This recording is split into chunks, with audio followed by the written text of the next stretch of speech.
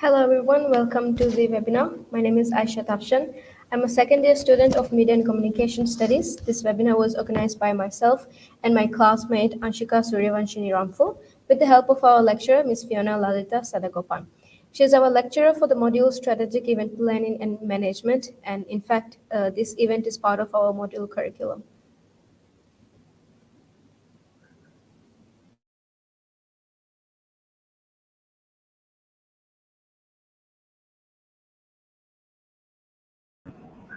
Thank you everyone for joining this webinar. My name is Anshika Suryavanshini Ramphul. So this webinar is entitled From Internship to the Workplace, All You Need to Know. We have designed this webinar targeting the students of School of Marketing and Management to guide the students in their struggles in their transition from a student to internships and finally the workplace. This webinar is graced by two valuable speakers, each who brings their expertise and experience. We have Mr. Jeff Chungyang Yang. He is a lecturer here at APU, and Mr. Nabil Abdullah, who is an alumnus. So without further ado, I will introduce our first speaker, Mr. Jeff. He is a lecturer in the psychology department. He has been with APU since June 2022. Mr. Jeff is also a registered counselor under the Board of Counselor Malaysia and a certified NTP trainer from UK. He has practiced therapeutic play in his last job for 13 years in educational, hospital, and welfare settings, and he has been appointed as a specialist career consultant in the education fair. I will now pass the mic to you, Mr. Jeff. Thank you so much, Aisha, for your in good introductions. Yeah, and thank you so much for allow me to share some of the knowledge here as well. All right, please give me a time and I share my screens on uh, my slides. All right.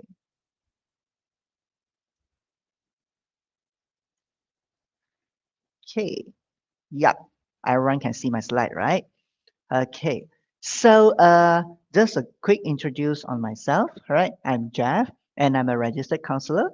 So I have I have I have been in the field for the past 13 years, and for the past 13 years, I actually deal with a lot of students who go through the internships and the career guidance, especially.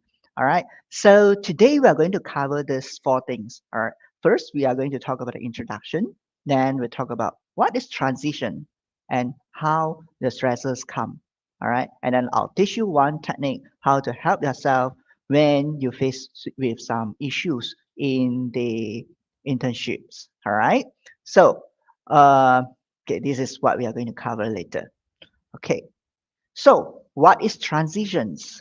Transitions, all right. Transitions is actually happen to all of us. All of us, we experience it before from a childhood to the adolescence. This is one kind of transitions. From you are single to married. This is one kind of transitions. And of course, all right. The the internship is also one of the transitions as well.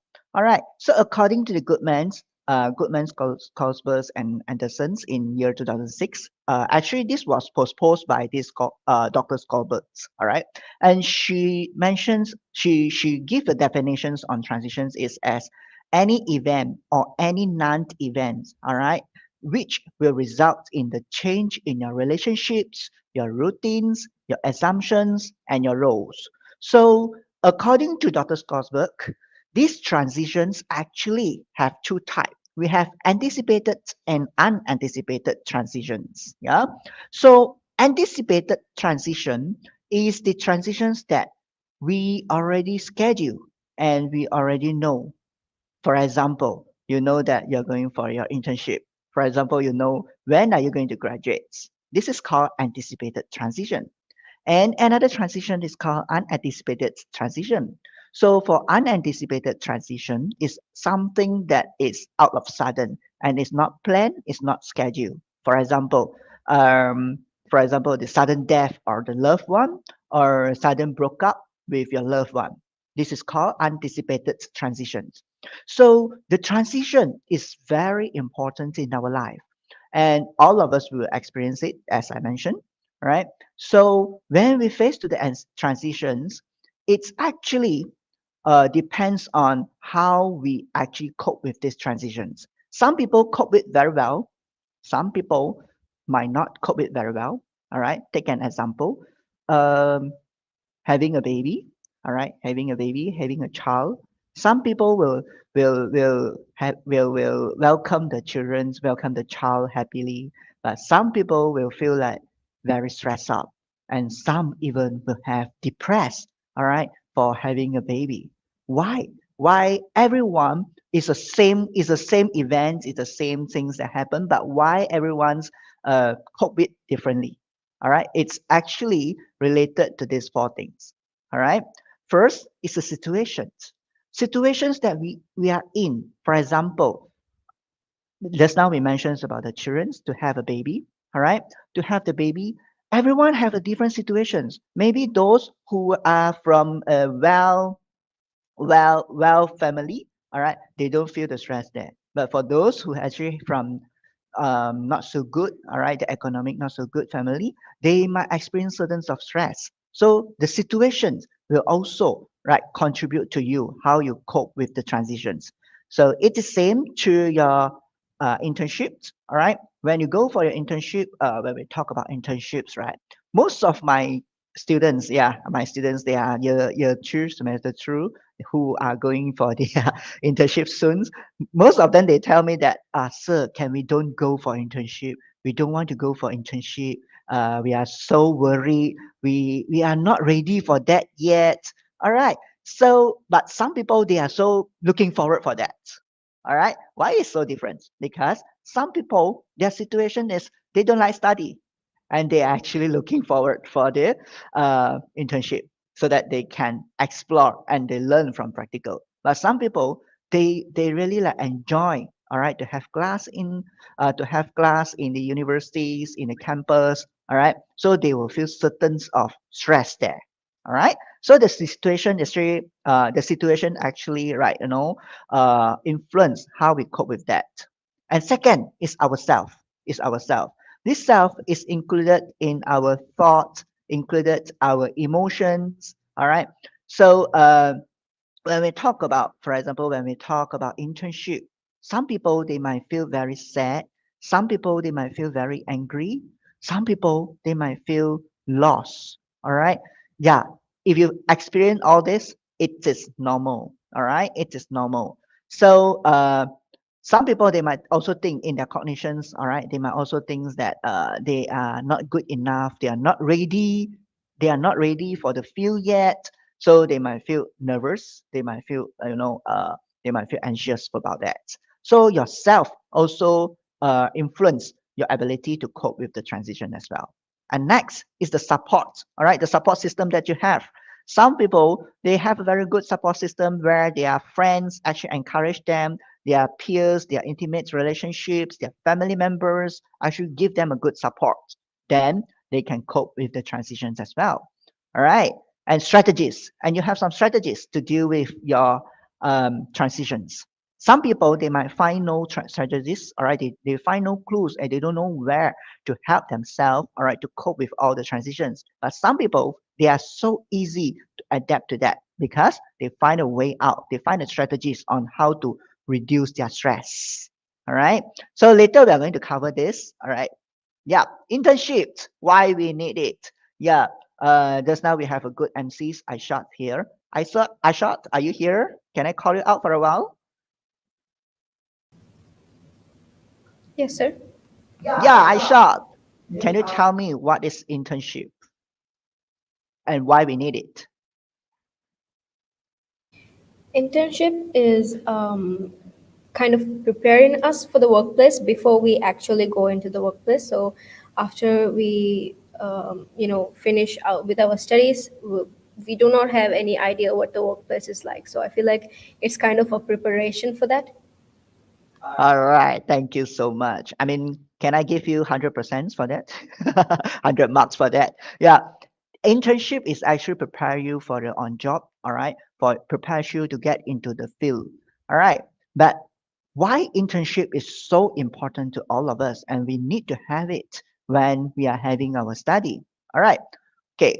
If I just tell you from my opinions, there's nothing to show you, right? But this is a theory. All right. There is a theory in our counselings. All right. This is called life career rainbow theory. All right. It's actually proposed by the Super Donald. And according to the Super Donald, all right, this is a counseling theory, yeah, where we use it most of the time in career guidance. So according to the Super Donald, from since we grow, all right, since we birth to up to 14 years old, this is called considered in growth in our career development. All right, so we are growing. So you can see children in this age, they are preparing themselves. They learn all the skills, mathematics skills, reasoning skills, language skills. All right, they learn all these skills during the birth to the 14 years old. And when we go to the teenage age, all right, 15 years and 15 years old to 24 years old, all right, is teenagers and young adult age. This is the stage where most of us are exploring. We are exploring the career. That's why you can see a lot of secondary school and universities, all right, or colleges. We have so many activities. We have so many events that happen.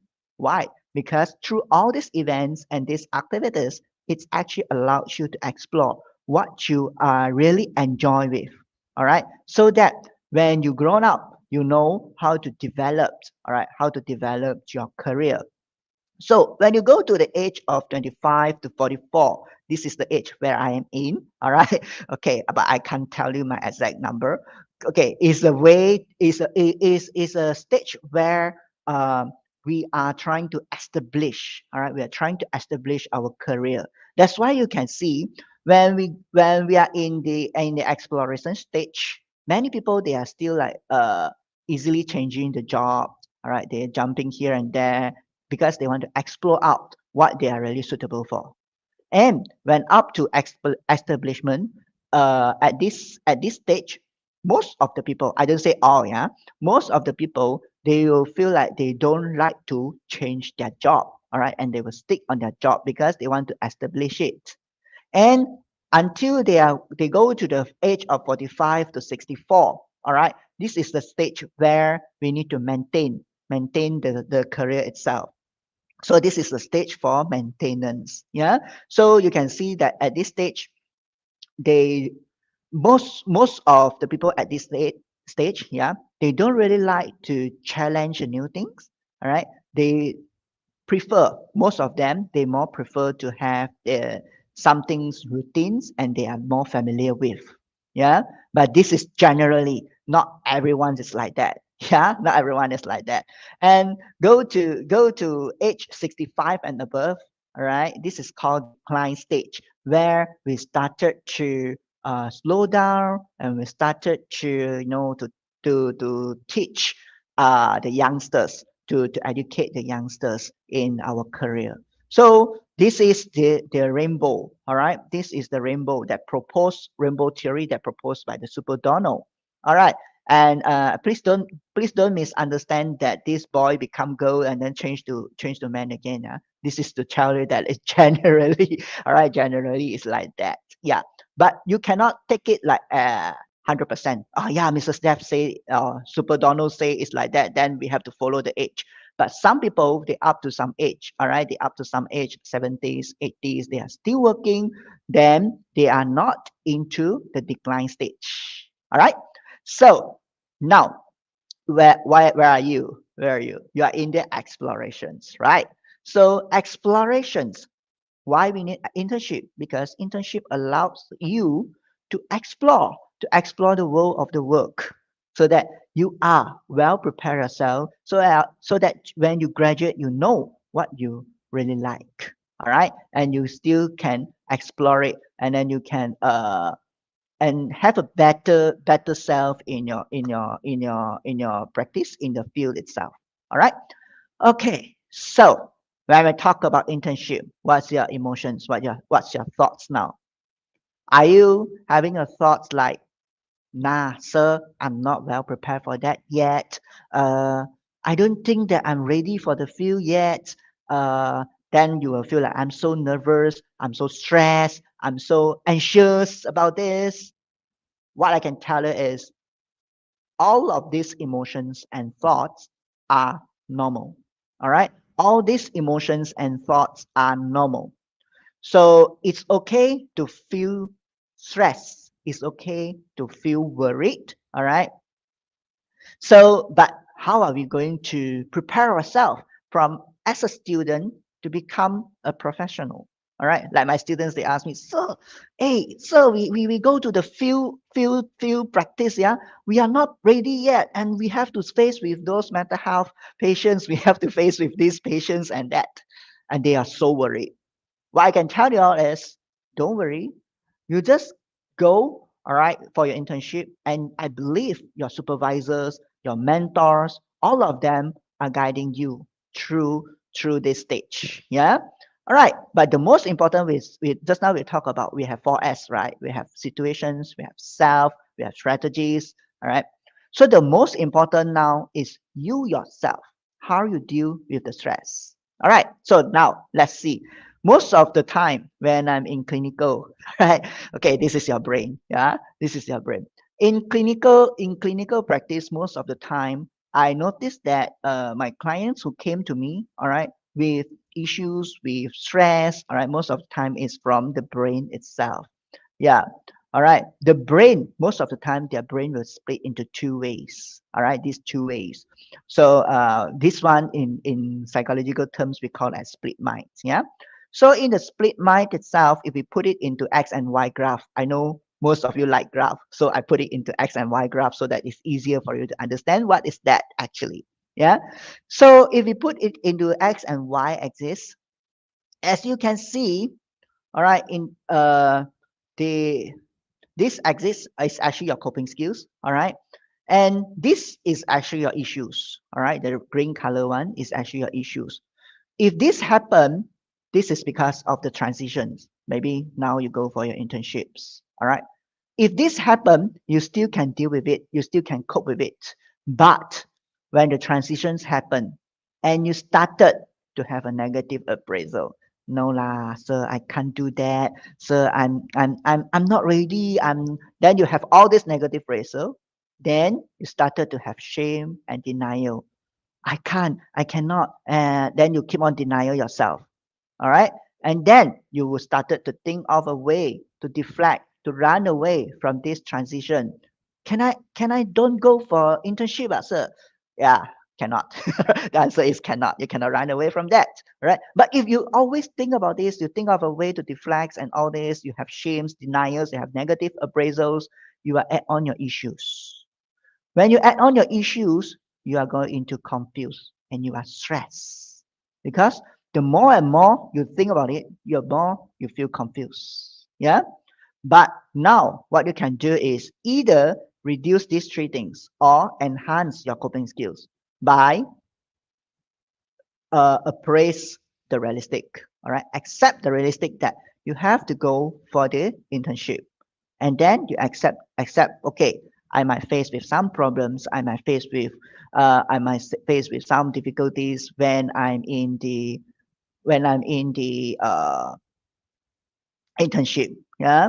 All right. Then you started to think of a way to resolve it. So when you can think of a way to resolve it, all right, your coping skills is enhanced and your issues, all right, even though you have as much of these issues, you are still diffused and you will have a desserts. Yeah. You can see stress oppositely is actually desserts. So how you do this? This is a way how you do that. Yeah. This is a word called mindfulness. Yeah. Mindfulness actually helps you to know better on yourself and on the situations. Yeah. Okay. So what is mindfulness? Let's talk about it. All right. Let's talk about mindfulness. Most of the time when I'm having case with my client, all right, uh, their body is present, but their mind is not present. They were always in either they are too worried on the past, they are too angry to the past, all right, or they are too worried to the futures. Their mind is not in the present. So if your mind is not in the presence, all right, then you are easily stressed out. You easily stress out yourself by um by all this mindful. All right, this mindful, the left hand side, the left mindful. So what you need to do now is you need to go to the right hand side, the mindful. All right, the mindful and the mindful is two different things.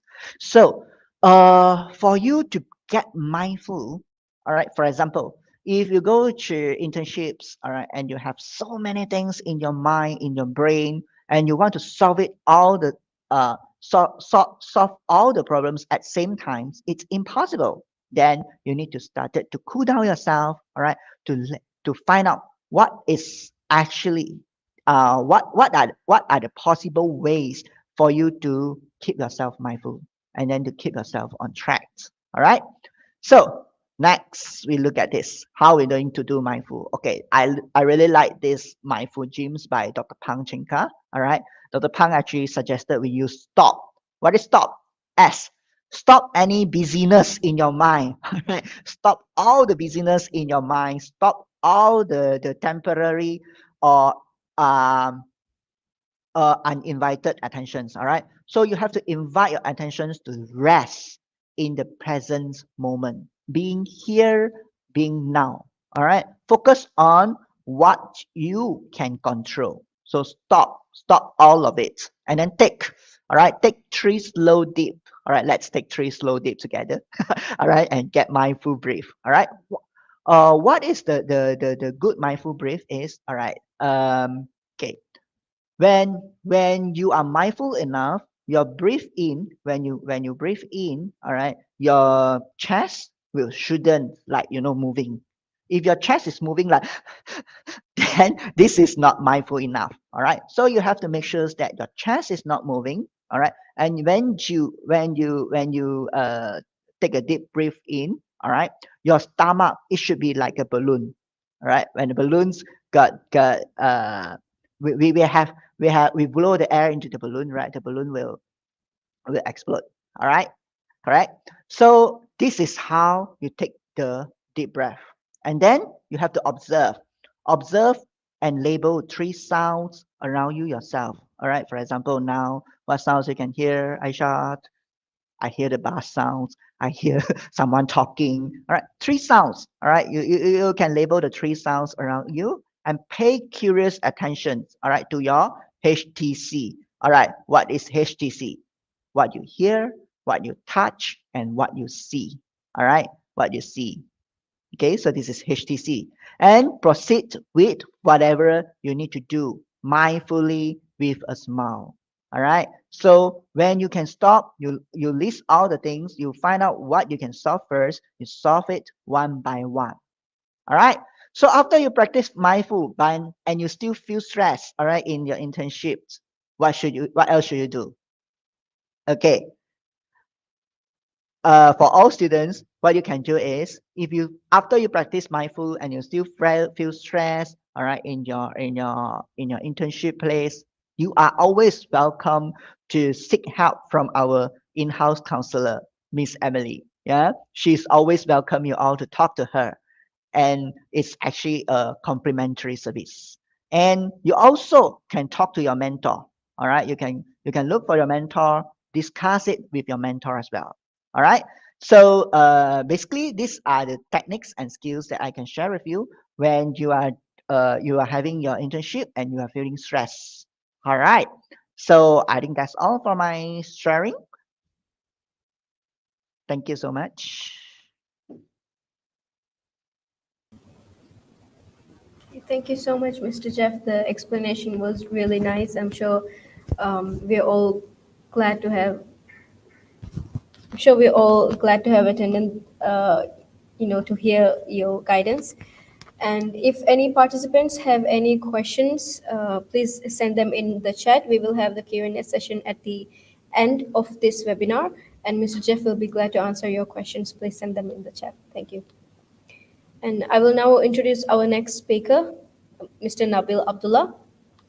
Mr. Nabil graduated from APU in February 2021 with BA Honours in Marketing Management. He was also the founder of APU Marketing Society in 2019 and served as the first president of the society.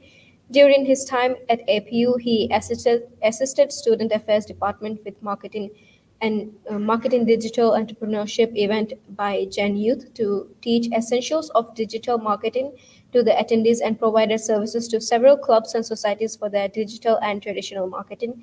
And this is just the tip of the iceberg of his contributions and achievements here at APU. And right now, he is a content review associate at Accenture. And he is here to give you guys some insights about job opportunities out there in this industry and share his experience. Over to you, Mr. Nabil. Thank you, Aishat, for having me here. I would like to take this moment to thank everyone on the team, Mr. Iswa and Mr. Jeff, and the whole team, to invite me on to this webinar. So, without further ado, let me just present my slides.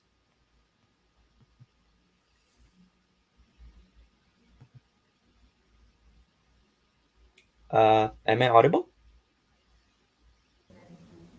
Yes, we can hear you. You can share your slides now. All right, great, great.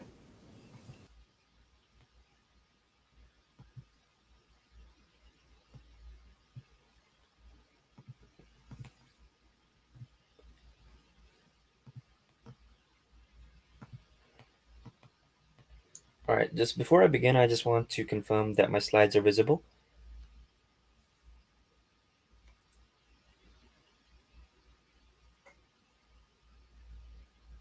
Is it visible, Aishat?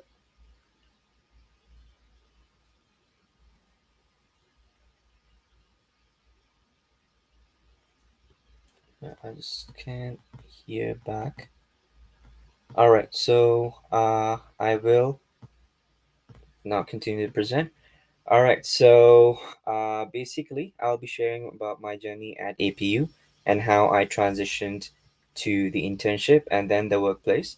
And during that time, I'll be talking about the important things that I think matter since I not too long ago experienced that myself. So, yes, I'm Nabil, and I graduated in marketing management from APU back in 2021. I was supposed to graduate in 2020, but because the pandemic came in, things delayed a bit. For the good or the bad, it's up to the you know people to decide how they take it in. And I'm from Pakistan, and I am also a Meta certified digital marketing associate. And a bit more about myself. Personally, I love to cosplay. All right, I've been a cosplayer since about a decade now. I've gone through many phases, and I still transition through many different phases. So these are some of my cosplays, and then I have been a student marshal at APU. So basically, I was in charge of handling clubs and societies in APU, and managing their bookings, managing the grand meetings of each clubs and society, making sure that they're functioning well. So that's just a bit of what I used to do as part-time work in APU to get experience. So, if any of you want to go and have that experience before or after internship, you're more than welcome. To me personally, it helped a lot because first of all, you always get extra cash. You enjoy or sustain yourself however you want to take it. You have solid perks, right? You have invitations to private event. You get to know a lot more people, so there's networking part of it as well. And these days, Mr. there's a Nabil, saying, yeah. could you please enlarge your slides? Actually, it's full screen from my side. Oh, Yeah. it's a bit small. Can you like stretch that? Is there anything you can do? Let me check. Uh,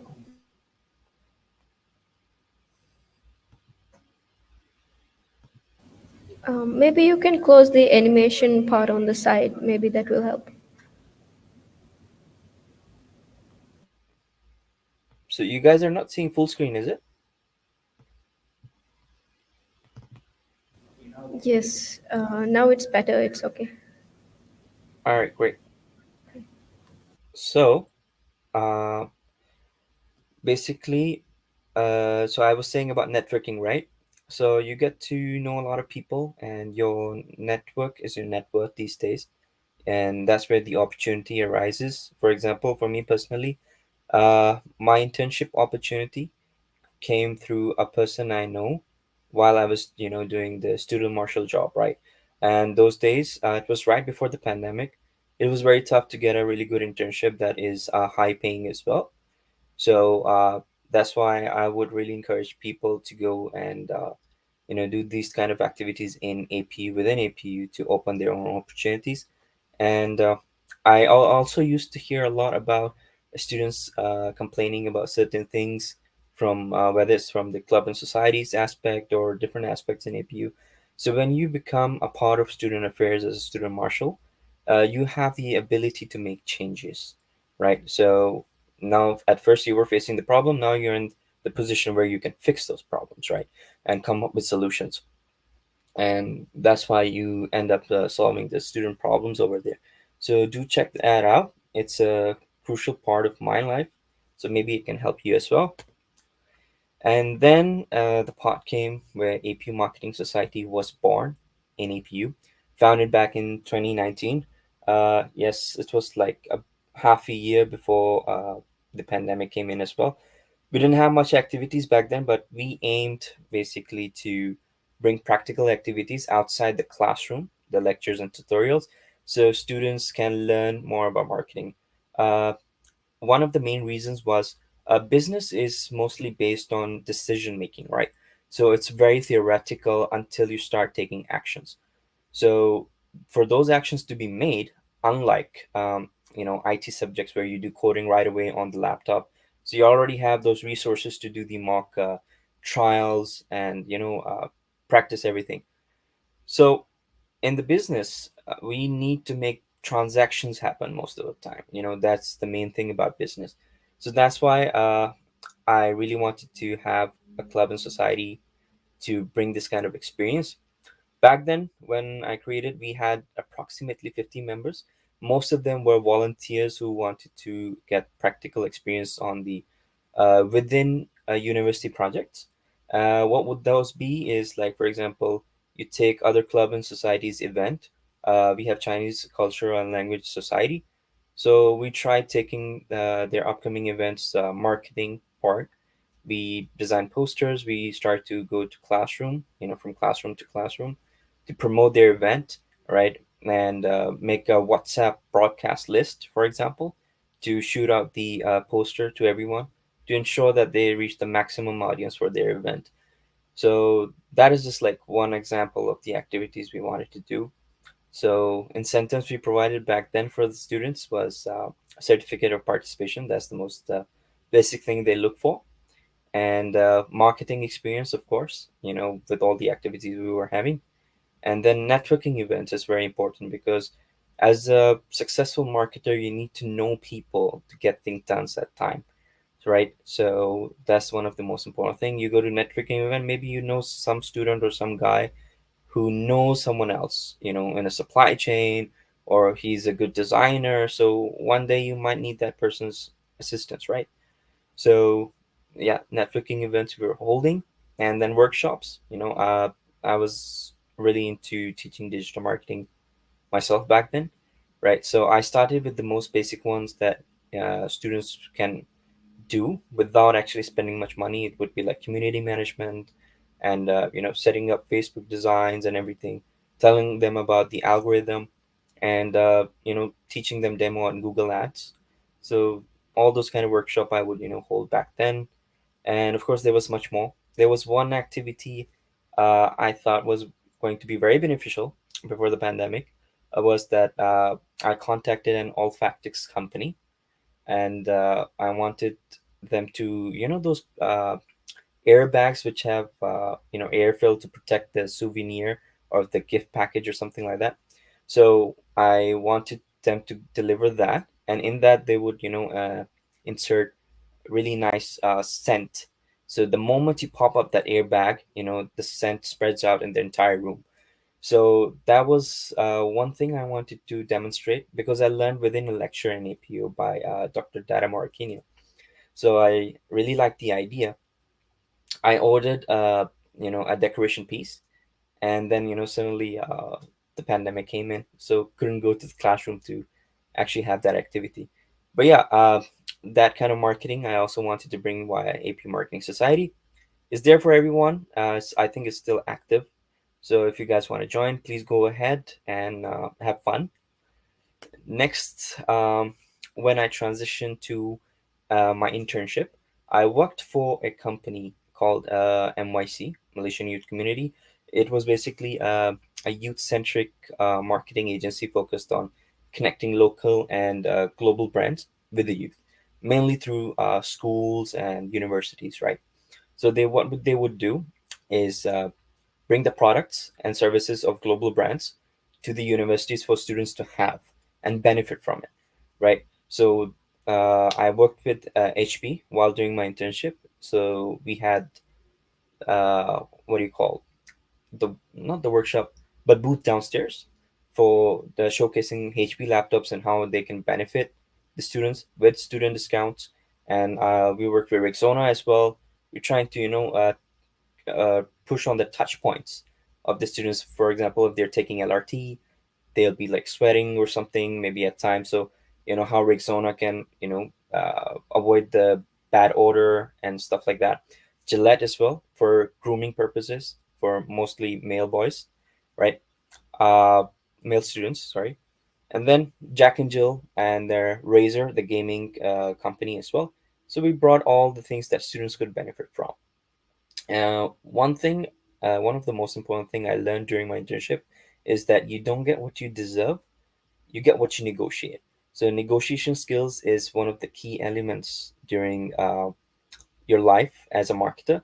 So to keep that in your mind.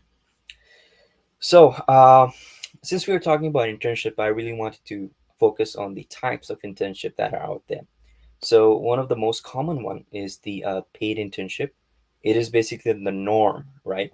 So the good things about that is obviously you get paid, and there's a sense of value that oh, you're getting paid, so you're being appreciated.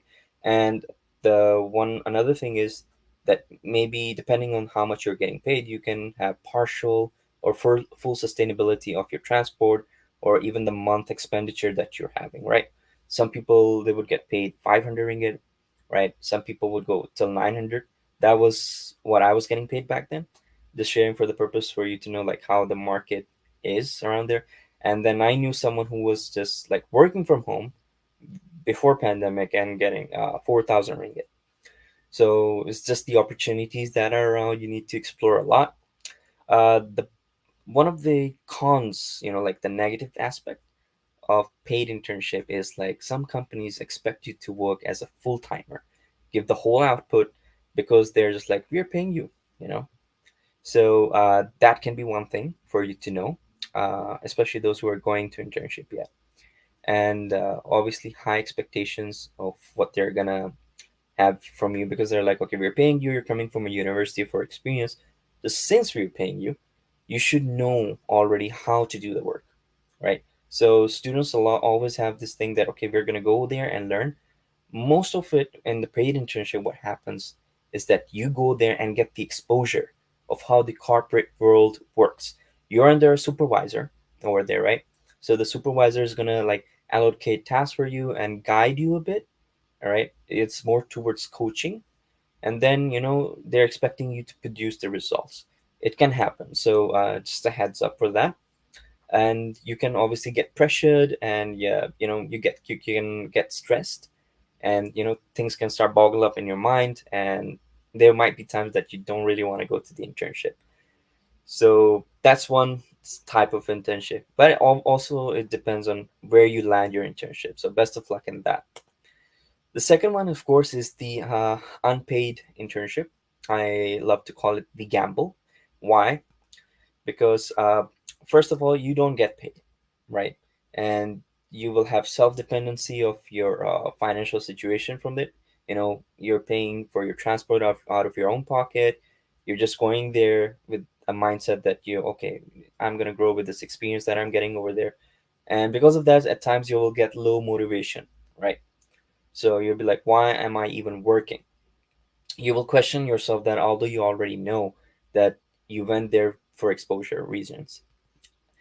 The good thing though is that you can get mentorship because they're not paying you, so they try to compensate in terms of value they're gonna give you, right? So mentorship is there. You can expect to learn more, right? Unless you go to a very unfortunate company that really just wants to squeeze the students. But most likely it doesn't happen that way. And then you will get experience over there, okay?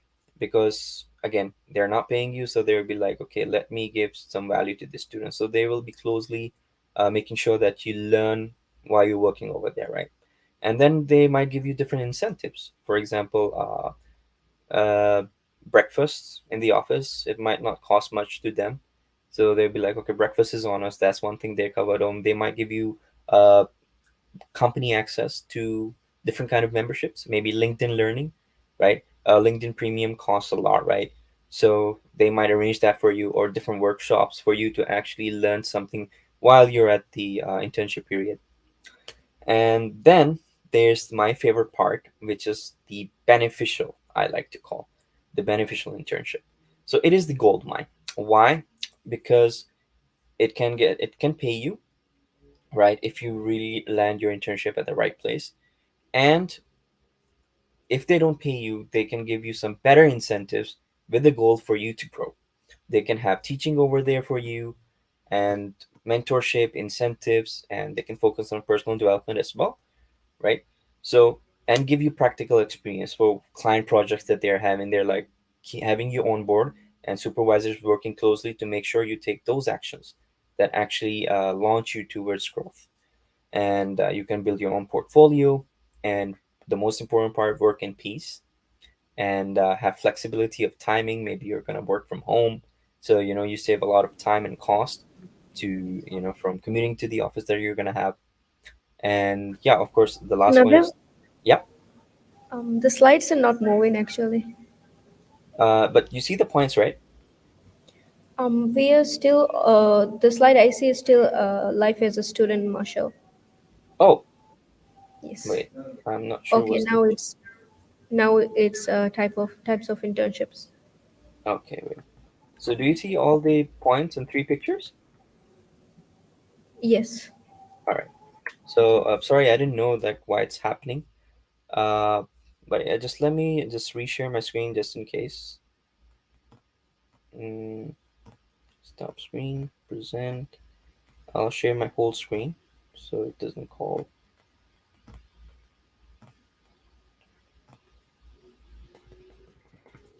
Okay, so basically these are the three types of internship.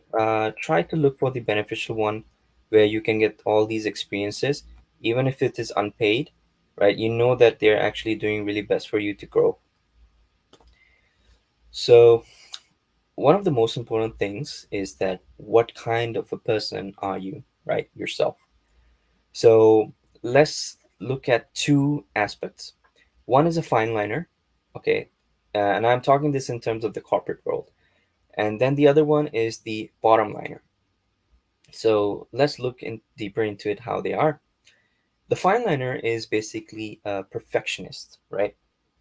So a perfectionist just makes sure that things are accurate, whether it's in terms of design or the performance or whatever they're going to do.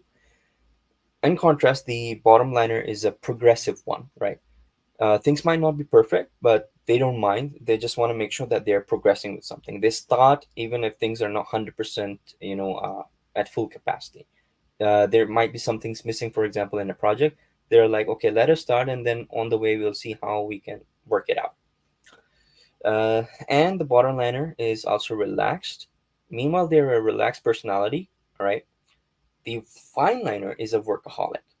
So what happens is, because they're perfectionists and workaholic, a fine liner just tries to work all the time to make things perfect. And the bottom liner is like moving ahead, and at the same time they're just relaxed. They're not worrying much about how things are going to turn out.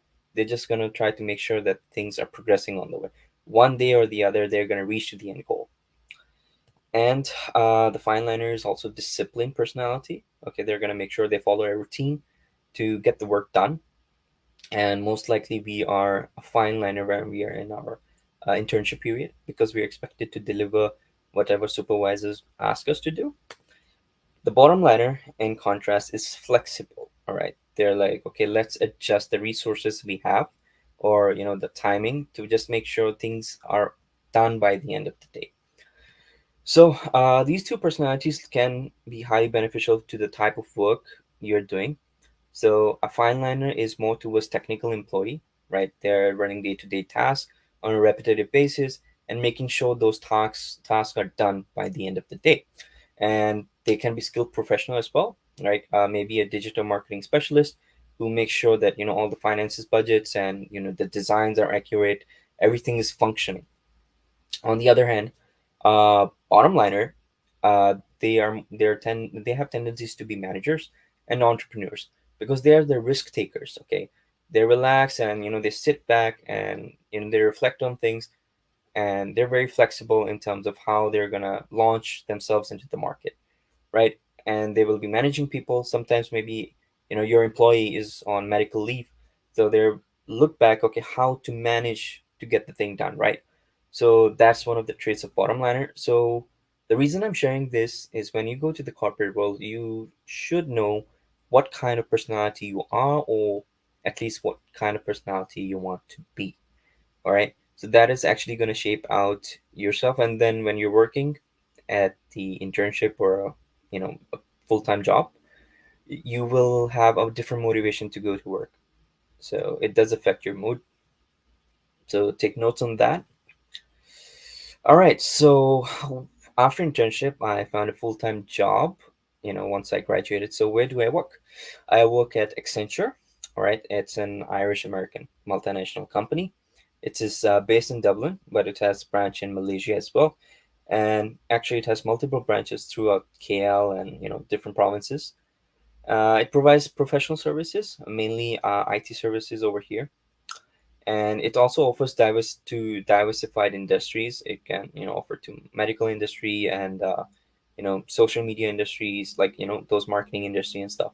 And last time I had, they are also operating in the airplane industry and all that. So it is one of the Fortune Global 500 company.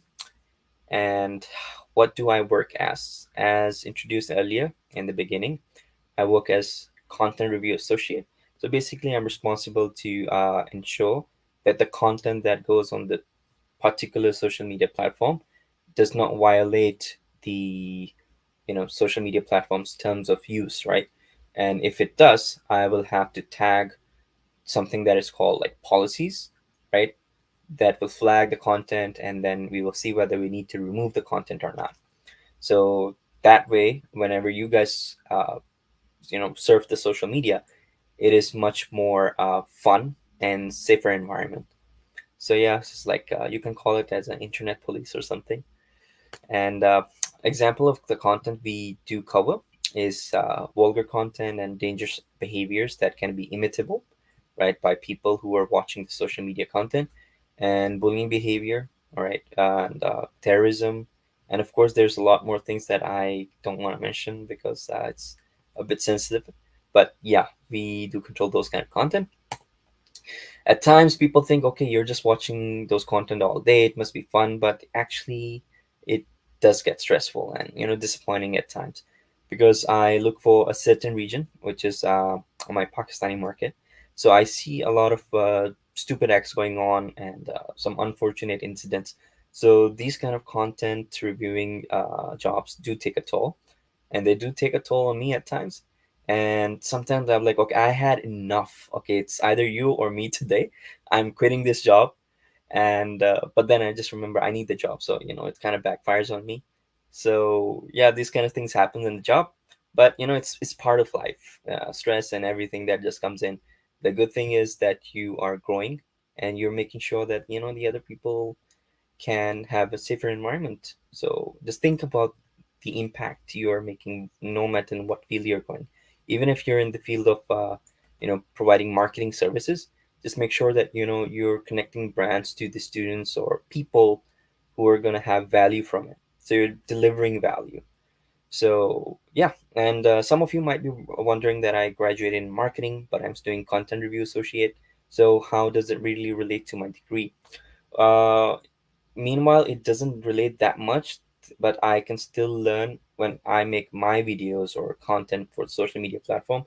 I know what not to do so I can avoid getting my content flagged, right? So there's still a way to learn things, right? While you're not actively doing it, but it's all about how you look into the whole opportunity that is given to you. So yeah, that's much about it. I really wanted to bring the workplace hacks to success, right? Once you guys go to the corporate world, it's very important to know these hacks. First one is to have a good reputation. To be a successful marketer, you should have a good positive reputation first. So because if you have that, only then will people will listen to you and buy into your ideas, whatever you're bringing them. Whether it's a good thing or a bad thing, you need to have that good reputation for people to listen to you.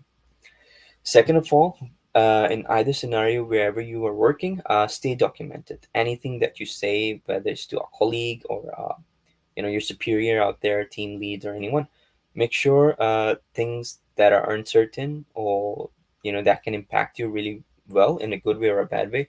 Make sure you have a chat documentation or email documentation, any form of documentation that you can use as a proof later on if something goes down, because misunderstandings can happen at workplace, right? So, in my personal experience, having a written record is very beneficial. Has proven beneficial for me.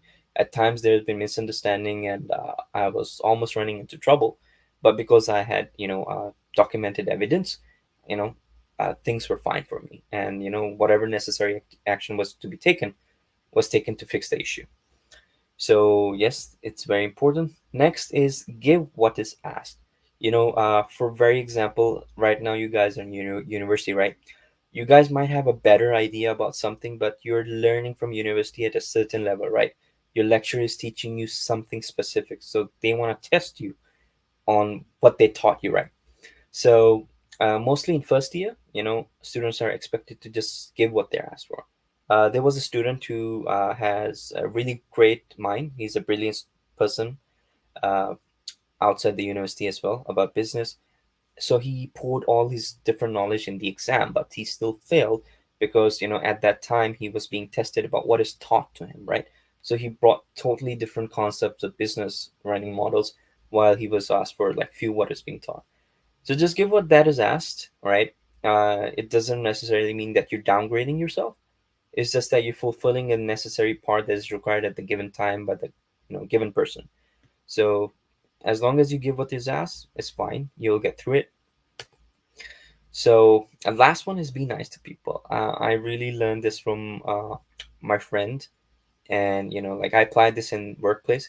Just being nice to people. People who naturally have negative behavior towards you for whatever reason it might be, that you're newbie, that you might be inferior to them, or you're actually in an inferior position at the company but you're better performing than them. Could be any reason. Being nice to people actually gets you connected and a lot of opportunities open. And in the end, they're humans. Even lecturers, I see a lot of people there, they were behaving bad back then. So be nice to lecturers, and a lot of opportunities open for you. So yeah, that those are like four hacks of workplace. And next, okay, so this is about the recruitment. After internship and after you graduate, right? So a lot of people are like, okay, now we're gonna find jobs. So what should you do to actually get the job, right? Because before I move on to the next point, it's really important for you to understand that your classmate is basically another you, right? So okay, before I move on, I should my slides are still working, right? Aisha? Okay, so I'm gonna hope that's working. Uh, so recruitment process requires you to be different and offer something that is out of the norm. So your classmate next to you is also studying the same thing as you, most likely, and most likely is going to go out in the market after graduation at the same level as you. So why the company should hire you instead of someone else from your university or some different university who has like the same qualifications? So in that case, what you should do is become irreplaceable. So what does that mean?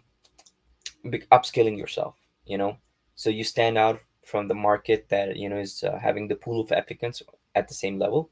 You can do specific courses from Udemy, from LinkedIn Learning. I personally find LinkedIn Learning very beneficial. I have learned a lot from there. to be very honest, my Meta certification for digital marketing associate, I got to know from LinkedIn Learning. So then I decided to do that course, and then I have received several job offers just after getting the certification, right? So there's a lot more there for you to learn. There's SEO specialism as well, and they actually teach you what is market specific requirements, right? And it is very practical. So go there and learn for it. And upskilling is not enough, right? You need to be having the ability to have competitive analysis, right? So you see how you're competing against the other potential applicant that is out there in the market, right? So obviously, if you have these professional upskilling edge, you are more likely to be hired right away compared to any other person that has applied. Then stay updated with trends. It's very important. You can't just stick to the books that are printed long ago. They're good for fundamentals, but these days with digitization and everything, especially in marketing, things change every month and every year. As far as I can remember, Facebook changes its whole layout of digital marketing suite. It has a Meta business suite now every year. So every year when I go back into it, I'm like, okay, where do I start again? So you have to explore that. So just stay updated with those things, and customize your resume. It is very important because, for example, if I'm the HR person, right, you're sending me a general resume, I'm it's gonna bother me to find out things about you, right? So I want to have the things given to me at a glance. I have so many resumes to go through myself, right? So customizing it for specific job types. Okay, make few resumes that are different, designed for different jobs. Some are designed for SEO, for example. Some is designed for social media, and some is designed for video marketing. So you know what to put over there. So when the HR person sees, they're like, okay, this is more perfect fit. They're more likely to consider you for the job. Next, just like that, customized cover letters. It's very important because the HR will read through your application and they might find something about you that is, what they actually need. Recently, my friend and my colleague, he applied to a different job opportunity. So he had like his experience from Zalora.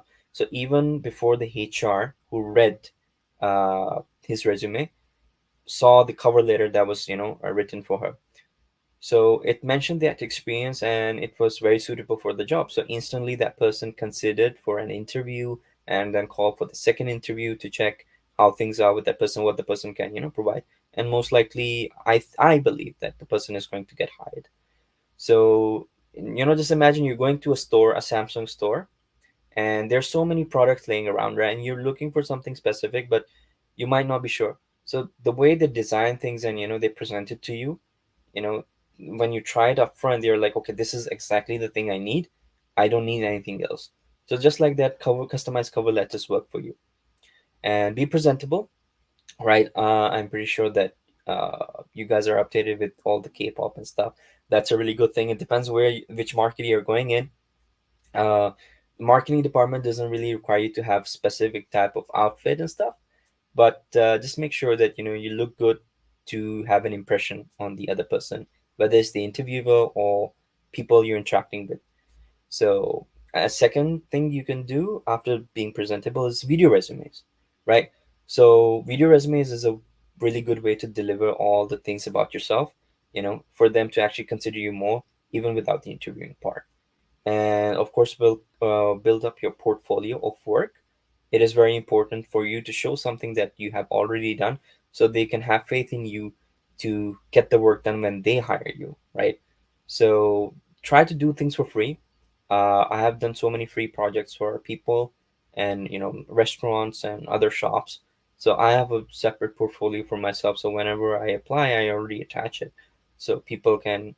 That's why actually HR managers, they reach out to me more because they do mention about the portfolio work, that you have something to show and you walk the talk, right? So yeah, those are some of the things. Become irreplaceable in the market. There's so many people who are just like you, and if you don't upskill, you're not going to be different from them. And yeah, so I wanted to be different, and I was like, okay, I have this job that I currently have, content review associate. It is because of my Urdu language, right? I didn't get hired because of any marketing skills I had back then, because I didn't upskill back then much. So, and the pandemic came, and I was hired during the pandemic. So now the borders are open again, and you can hire people from outside. You can have people who you know can be better than you in the market. So I was like, okay, what if I lose this job? So I'm like, I need to upskill myself and move away to have practical skills. So that's when me and my best friend and agency partner, now we made a digital marketing agency called Arvory, right? So we provide a range of digital marketing services. But before that, it's a very small agency. There we have two co-founders and two co-CEOs.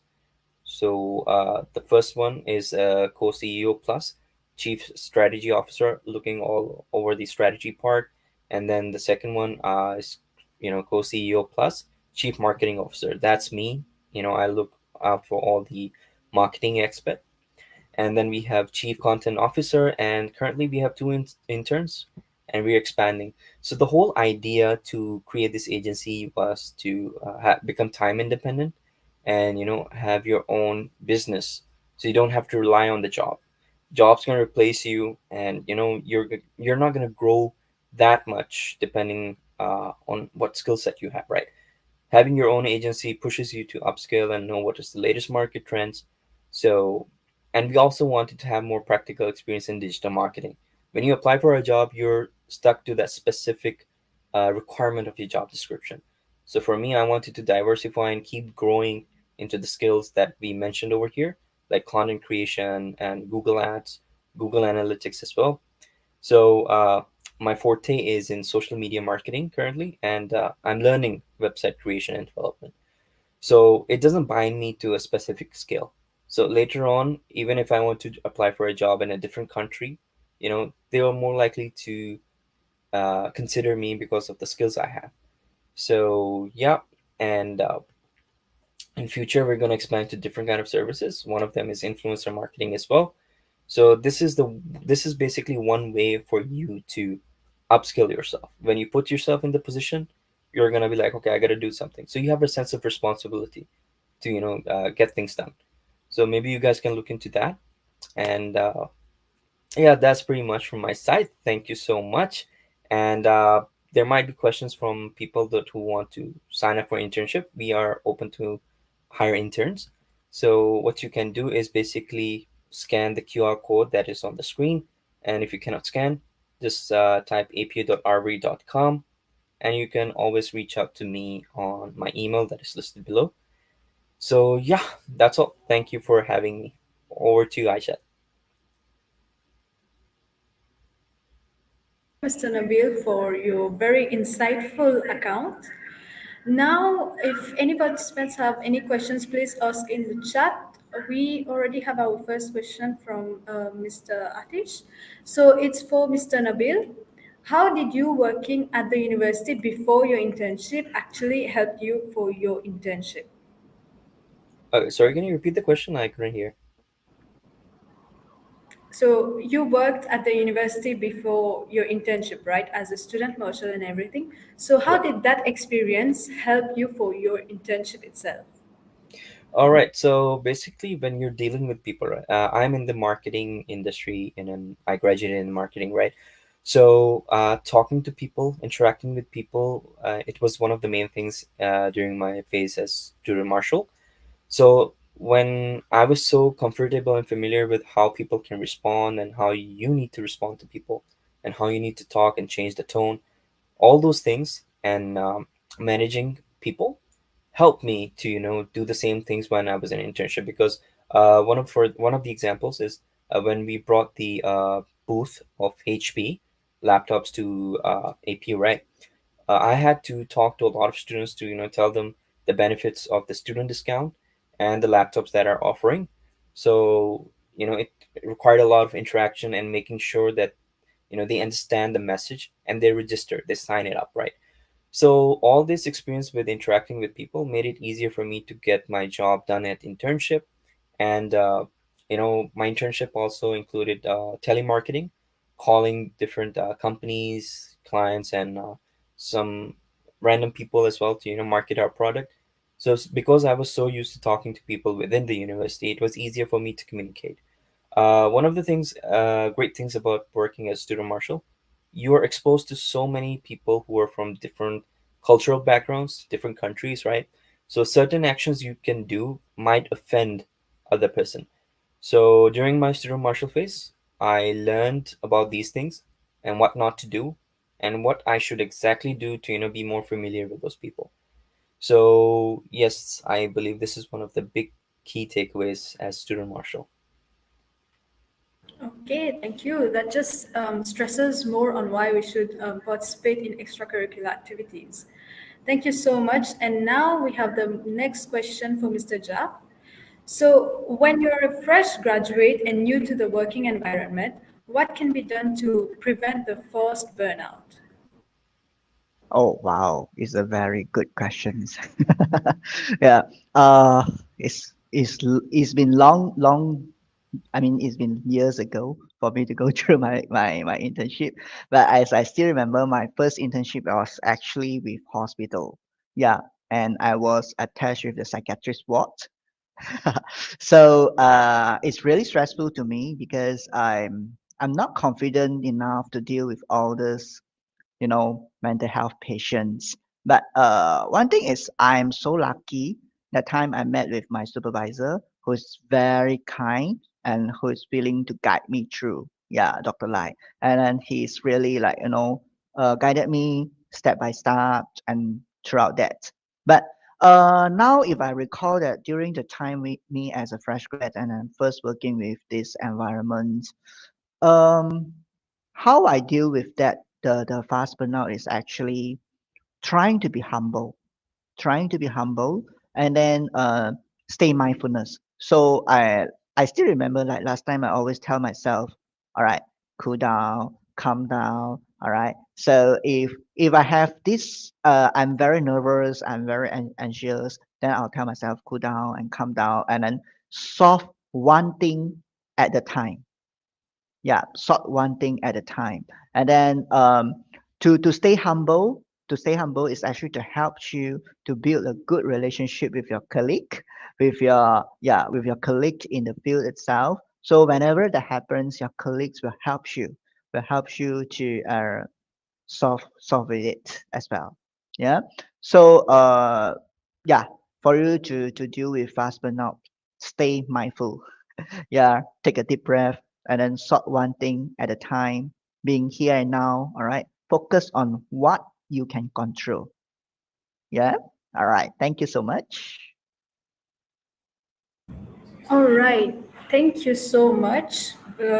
Personally, the thing that I would do would be self affirmation that you just mentioned. Okay, so thank you very much for your answer. So we have the next question. It's related to students have been unaccustomed to interacting physically with the lockdown and online classes, and now moving on to the internship physically can be much more scarier. So, since we have to work as professionals and that too with superiors, so how do we cope with this fear and this stress of newness? Sorry, for who is this question? Is it me? I think it would be for Mr. Ja. Oh, okay, All that's fine. right. If it's to me, but I think for our alumni, you also can share your experience as well. Yeah. All right. So okay, so we have been so long in MCO and then to meet up with your internship physically to go for your internship physically and they're much more scarier for that. Okay, what you can do, how you can cope with this with your supervisor. All right. Um okay. First of all, first of all, we need to learn how to interact with people. The way we talk, the way we send and we send an email as well. All right, this is the things that we need to learn. Yeah. I mean, frankly speaking, some of the students that send me email without addressing who you are or without with straightforward then so demanding. This is the things that we have to take notes on because this will affect the relationship between you and your supervisors, all right, with your superiors or with your colleague as well. Yeah. So again, I want to say is stay humble for this, and then try to try to enhance your interrelationship skills. Yeah, how you maintains the relationship with others, and then try, if you are really stressed up, all right, try to talk to your superiors, all right, try to discuss with your superiors in a closed room and not shouting at your superiors. And not shouting at your superiors, yeah, this is most important. Yeah, so in a room, then you can discuss with your superiors and on the issues, on the problems that you're facing with. Yeah. All right. Mr. Nabil, do you have anything to add on Yes, from your thank you, view? Mr. Jeff. Yeah. One of the things I really would emphasize on is being humble, because it definitely gets you, into a position where people will be more lenient into you if you make a mistake at workplace, because mistakes are happen. They're gonna happen, and that's one way for you to learn and grow. Second of all is like look into those mini ice breaking activities or conversation, so that kind of breaks down the barrier between you and your supervisor, or it could be your colleague. So maybe getting a support from your colleague can make you relaxed at workplace, and they can give you some additional advices that you might not know, and how to cope up with things. Mostly that comes from the senior employees that are there, right, before you. So that's my personal experience, because I started working from home, for my full-time job. So when I transitioned to like 5 days office, I was like, okay, new people, so many people, and my team is big. So just being nice to people and just being talkative, making sure you just don't offend them, it gets you through that. So I really believe, and that is the key. And the last thing I would say, you know in life we survive everything so far, right? So try not to take the notion that going to internship is scarier.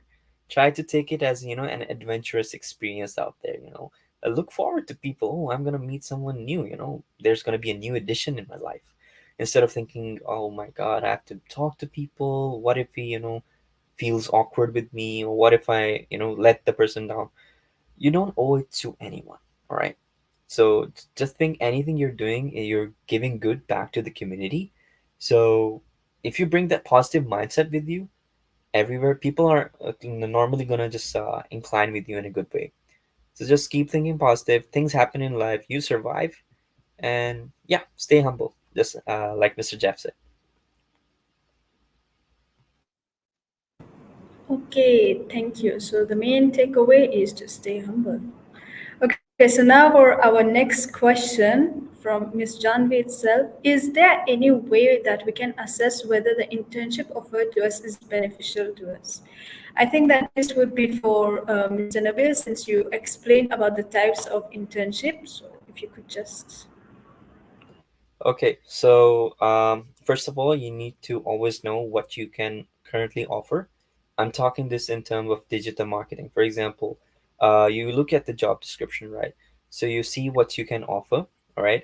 First thing you need to do, if you see you cannot offer anything, uh, you can take that as something, okay, maybe I'm gonna grow here, I'm gonna learn here. So it's kind of like throwing yourself in the sea and learning how to swim, right?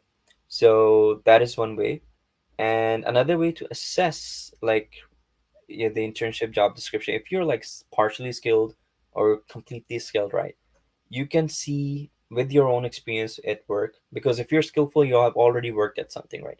You will see some indicators that, okay, whether they're paying you enough, how much they pay you, all right, for a highly skilled work skill, tells you about the company's background, you know, how they treat their intern. So that's one thing. This is one thing I learned during my internship. And second thing is that their tone of conversation, try to get them on call, see how their behavior is. So, and try to lay down some questions to ask back.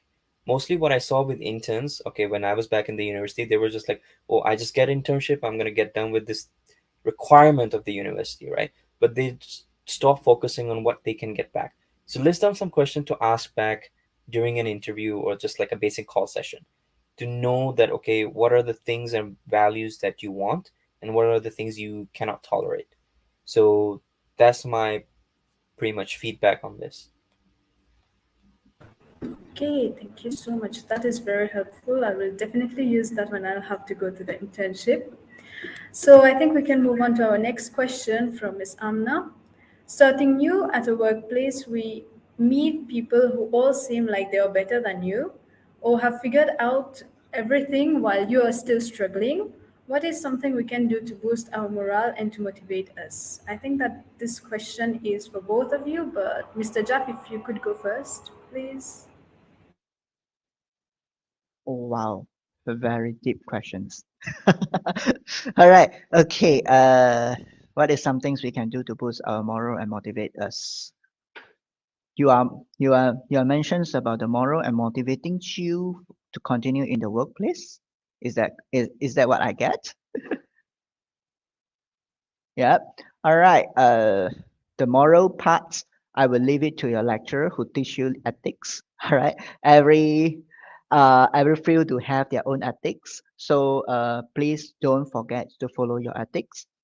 And what is actually motivates you? All right. Okay. What is actually motivates you when you meeting a new people? All right, in a new in a workplace, and most of them they are better than you.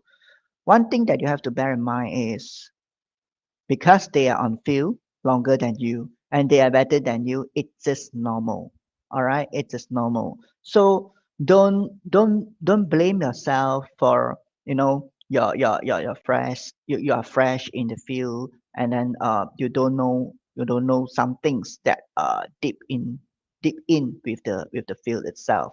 All right. So what is actually motivates you? Try to think about it when you graduate and you come and work. All right, and you are doing some things that you like. Yeah. So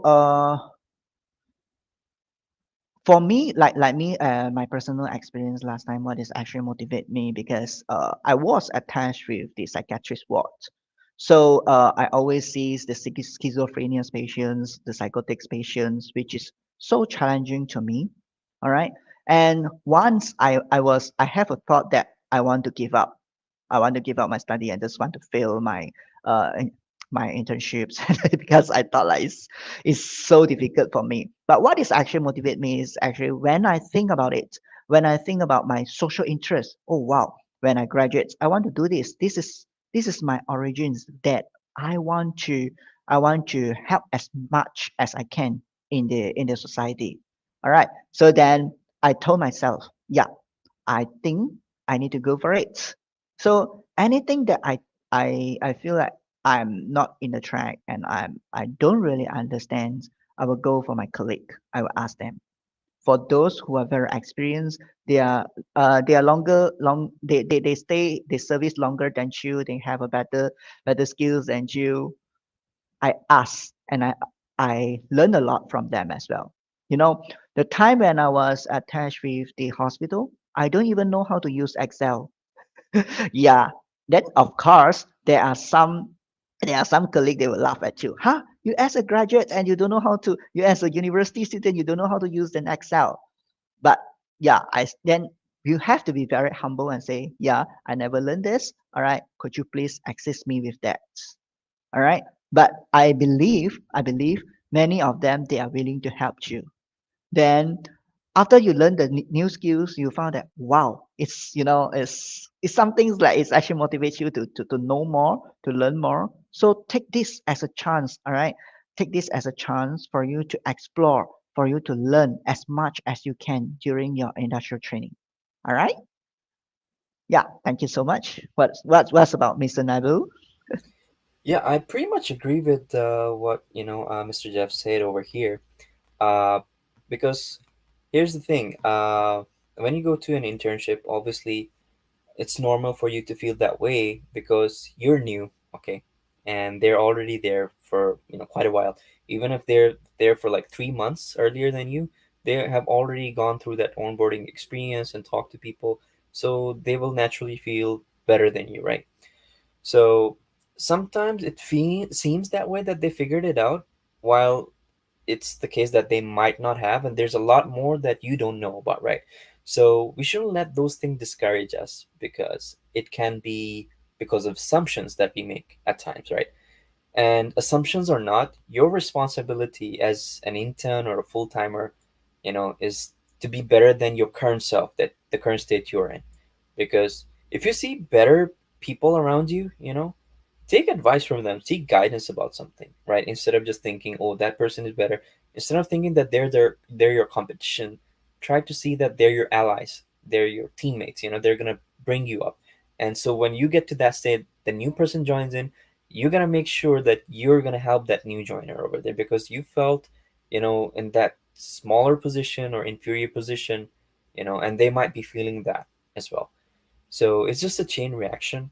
And talking about assumptions, uh, when I was in the university, I had this assumption subconsciously built that I am very hardworking, and because I used to get better grades, comparing to people, I started to think that, oh, I know everything. So assumption is very dangerous, especially in the corporate world. So, and it kind of builds a barrier between you and people. A lot of people didn't want to talk to me in my first year, just because they're like, okay, Nabil is trying to show that he's superior to someone, although that was not my intention. But your own thoughts subconsciously shape you that way. So guys, be humble, again, just like Mr. Jeff said, because when you're being humble, you're listening to people, and you're trying to get on their level to understand them better. So it opens a lot of opportunities. You do the same thing during the internship and full-time workplace, is going to take you to higher places. It's not about like you showing that you're knowledgeable, is about how you make others feel, you know. So that's, you're teaching them at that time how to treat you as well. So that's pretty much it, because the other people will be like, okay, this guy's trying to show he's better than me, while you're trying to work so hard. So just need to be aware and responsible about how you are sending messages to other people, right? So yeah, those are like the combination of things just to keep in mind, and you will do really great. And that's pretty much from my side. Over to you. Okay, thank you so much for your insightful responses. We have time for one last question, which is from Mr. Atish. So we have, just like Mr. Nabil is exposed to various harmful content, as you just said, you're a content moderator. So for such stressful jobs, what can we do to maintain a healthy mental health? I think this question again is for both of you. I would like to have the opportunity of Mr. Jeff to explain first, so then I can come in. All right. Okay. How to maintain a good mental health? As I mentioned just now in my presentations. All right. Be mindful. Be mindful. All right. It's actually helps you to have a good mental health. Yeah. Most of my clients who are struggling, who are stressed. All right. And then to I mean like like in these questions is Mr. Nader is often exposed to various harmful contents for stressful jobs. All right. And then in the stressful jobs, how are you going to maintain your mental health? Stay mindful. This will help you. All right. So as I mentioned again, mindful is you're doing one thing at a time. All right. Being here and now and focus on what you can control. Then you can slowly, all right, you can slowly uh, sort all the stress that you are facing. Okay.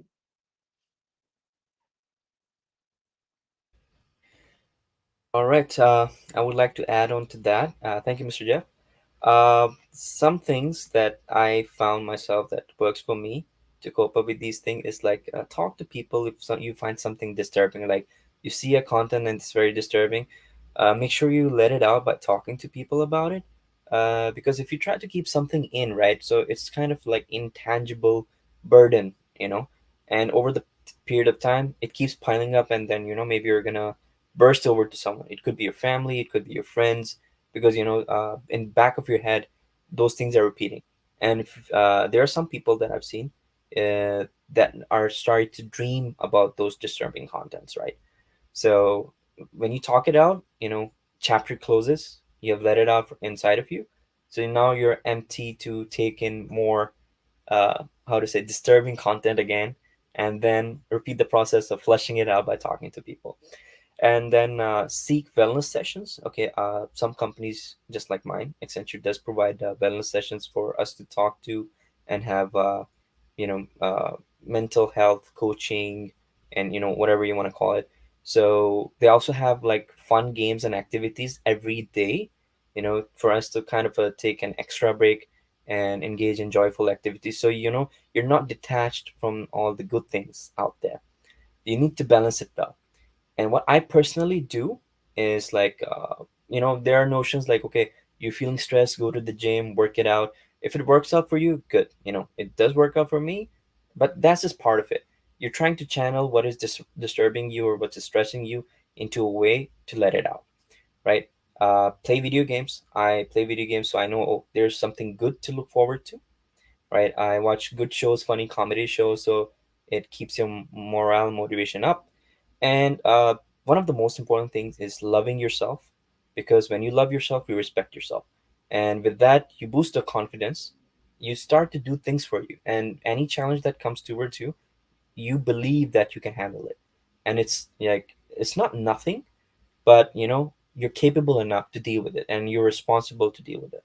So when you think that way, you're gonna perceive the content differently. You're gonna be like, okay, I gotta make sure that I get this content removed so other people don't have to see. So you that sense of responsibility already makes you feel good. If you're just gonna be like, okay, it's just my job just to watch this content and do my job, you're gonna be like, what am I doing? Right? So how you have your perception based on the things really helps you out there. I go out, I'm like, okay, I got my salary. I deserve to go to Sunway Lagoon. I deserve to go and buy myself a new phone. I deserve myself to buy a PS5, whatever, you know? So those are the good things you put as an end goal. So when you're working, you know what you're working for. So yeah, sorry again, I have so many things that just comes in, but these are essentials that will help you out. Yeah, I agree with Mr. Nabil says. Talk to someone if you are stressed. All right. If in your internship and you feel stressed and you find no one to talk to, all right. Like Mr. Nabil said, you can talk to your friends, your family. But if you find no one to talk to, you're always to come to the sixth floor and make appointment with our in-house counselor. All right, Miss Emily, for the counseling sessions. All right. So here I just want to do some advertisement on counseling as well. All right. Counseling is actually not, we are not dealing with those with mental health issues, but we are here to support you. We are here to listen to you.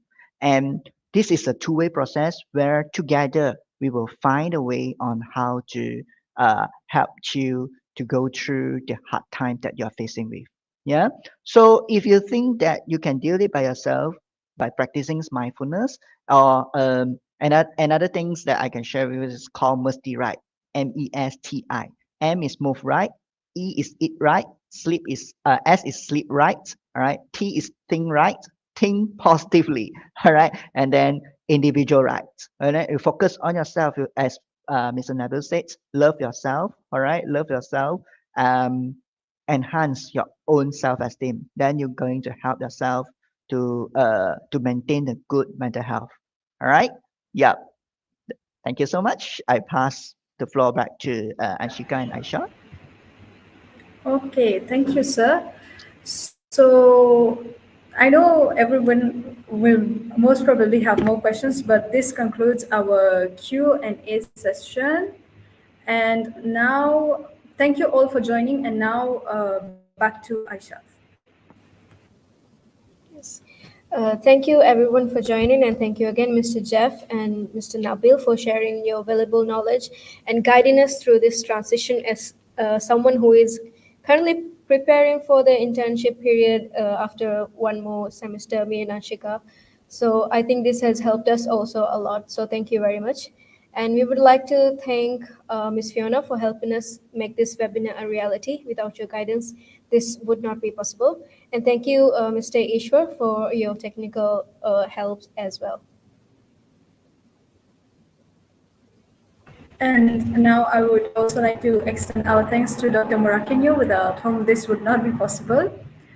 So thank you all for joining. Thank you for all the attendees. We hope that this webinar has helped you and has calmed your worries or a little bit, even a little bit, when it comes to internships in the workplace. Before we end, please fill the feedback form in the chat. We would really appreciate it. And thank you again. Thank you for having me here. And